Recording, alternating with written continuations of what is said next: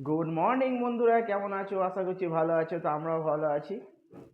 তো গাইস, প্রচণ্ড ঠান্ডা। যেহেতু আমাদের গ্রামে বাড়ি, আমাদের গ্রামের দিকে ঠান্ডাটা একটু বেশি হয় শহরের তুলনায়। আর যেহেতু আমাদের হুগলি জেলার বাসিন্দা, আমরা হচ্ছে সিঙ্গুর থানা। তো গাইস, আজকে সকাল 6টার মধ্যে বাজারে চলে গিয়েছিলাম সবজি কিনতে। তো গিয়ে দেখলাম যে কপির দাম অনেকটাই হাই।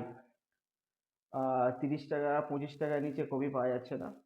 তো আজকে কপি নিয়ে এসেছি, তার সঙ্গে নিয়ে এসেছি একটু বেগুন নিলাম, সিম নিলাম। তো আমাদের সিম গাছ আছে, তো সিম হয়নি, তার সাথে মূলো নিয়ে এলাম। তো আমাদের লাউ গাছ বসিয়েছি, তোমাদের সাথে দেখাবো।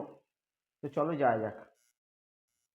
তো গাছ দেখতে পাচ্ছ, এই জায়গাটা আমাদের মাটির ঘর ছিল আগে, সে তোমাদের ভিডিও দেখিয়েছি। এই যে লাউ শাক হয়েছে, বাজার থেকে না লাউ শাক কিনে নিয়ে আসেনি। আজকে তোমাদের বৌদিমণি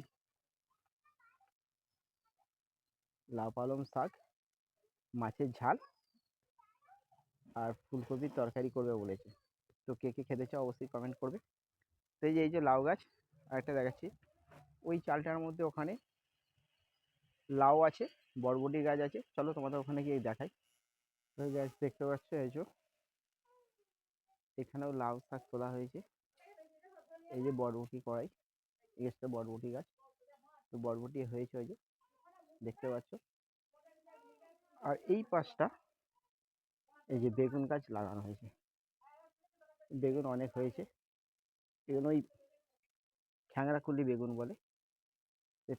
খ্যাংরাকুলি বেগুন গাছ লম্বা লম্বা। বাড়ির মধ্যেই সব চাষ। এই যে গাছ, এটাকে খ্যাংরাকুলি বেগুন বলে। তো আমরা তো খ্যাংরাকুলি বেগুন বলি। তো তোমরা কি বলো অবশ্যই কমেন্ট করবে।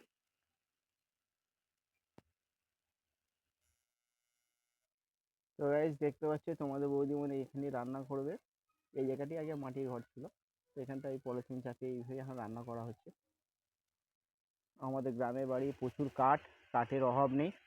কাঠেই দুপুরবেলা রান্না করা হয়। এই যে ধোঁয়া হচ্ছে, উনুনটা ঠিক করে জ্বালাও। তো গাইস তোমাদের দেখায়, ওইখানে সিম গাছ বসিয়েছি। তো কিরকম, সিম তো হয়নি, গাছটা খুব সুন্দর হয়েছে। চলো যাওয়া যাক। বন্ধুরা দেখতে পাচ্ছ, এই যে এই আমাদের অ্যালবেস্টার সেটের উপরেই তোলা হয়েছে। তো এখনো সিম হয়নি। এটা গত বছরই গাছ, গাছটা এখনো বেঁচে আছে, এখনো সিম হয়নি, ফুল ধরেছে। মান্টু আছে, মান্টু এখানে দাঁড়িয়ে আছে। তো গাইস এখন এই দড়ি হবে, এই যে এই মালগুলো আগে খুলে নিয়ে তারপরে করতে হয়। চলো পড়তে বসতে হবে, দিদি এসে গেছে। হ্যাঁ এসে গেছে, চলো চলো পড়তে বসবে। কেন? দিদি এসে গেছে, চলো। পড়তে ভালো লাগে না? খালি ফোন নিতে ভালো লাগে, তাই তো?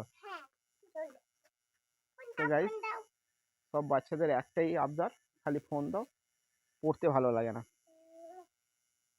তো বন্ধুদের ভিডিওটা যদি ভালো লাগে অবশ্যই আমার চ্যানেলটা সাবস্ক্রাইব করো এবং পাশে থেকো। টাটা।